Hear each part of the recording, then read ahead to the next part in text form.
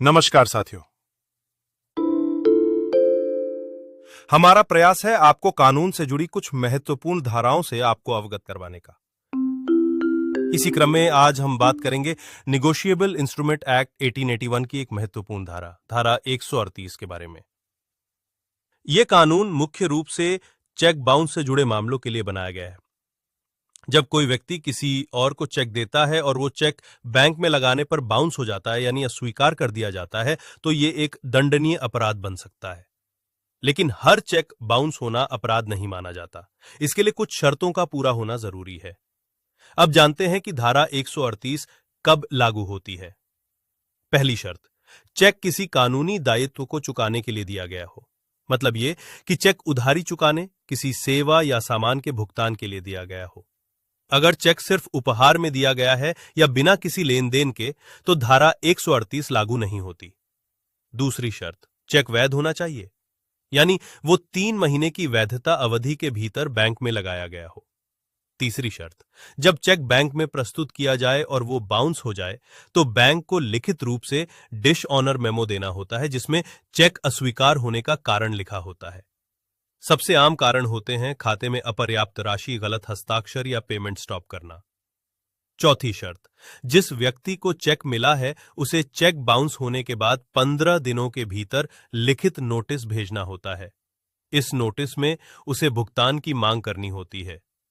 अगर नोटिस भेजने के 15 दिनों के भीतर भी आरोपी भुगतान नहीं करता है, तो पीड़ित व्यक्ति को अधिकार है कि वो 30 दिनों के भीतर अदालत में शिकायत दर्ज कर सके। इस पूरी प्रक्रिया में समय सीमा का पालन करना अनिवार्य है, वरना केस रद्द भी हो सकता है। धारा 138 के अंतर्गत दर्ज मामला आपराधिक प्रकृति का होता है, लेकिन इसे आपसी समझौते से खत्म भी किया जा सकता है। अब बात करते हैं कि अगर किसी पर धारा 138 के तहत मुकदमा दर्ज होता है और वो दोषी पाया जाता है, तो उसे क्या सजा हो सकती है। तो कानून के अनुसार दोषी व्यक्ति को अधिकतम 2 साल की जेल हो सकती है, या चेक की रकम के दोगुने तक का जुर्माना लगाया जा सकता है, या फिर दोनों सजा एक साथ दी जा सकती हैं। यह एक गैर जमानती अपराध है, लेकिन यह संधा योग्य भी है, यानी दोनों पक्ष आपसी समझौते से इसे खत्म कर सकते हैं। अब जानते हैं आरोपी के अधिकार क्या है। अदालत में आरोपी को पूरा अवसर मिलता है कि वो खुद को निर्दोष साबित कर सके। वो ये कह सकता है कि चेक कानूनी दायित्व के लिए नहीं दिया गया था, या ये कि चेक जबरदस्ती लिया गया, या फिर चेक का इस्तेमाल बिना अनुमति के किया गया।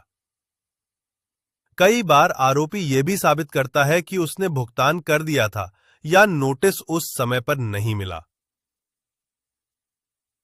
अब बात करते हैं कुछ महत्वपूर्ण न्यायालयी फैसलों की। सुप्रीम कोर्ट ने स्पष्ट किया है कि अगर चेक बाउंस का कारण स्टॉप पेमेंट है, लेकिन पीछे कानूनी देनदारी थी, तो धारा 138 लागू होगी। यानी सिर्फ स्टॉप पेमेंट करके कोई इस कानून से बच नहीं सकता। अब इस पूरी धारा का उद्देश्य क्या है? इस कानून का मकसद यह सुनिश्चित करना है कि व्यापारिक और व्यक्तिगत लेन देन में चेक का उपयोग विश्वास के साथ किया जा सके। अगर किसी ने चेक जारी किया है, तो उसे यह जिम्मेदारी भी लेनी होगी कि वो भुगतान सुनिश्चित करे।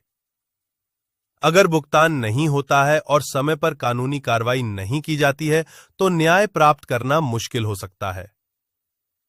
तो दोस्तों, अगर आप चेक बाउंस के शिकार हैं या आपके खिलाफ मामला दर्ज है, तो तुरंत किसी योग्य वकील से संपर्क करें और समय सीमा का पालन करें। यही था धारा 138 का संपूर्ण विवरण।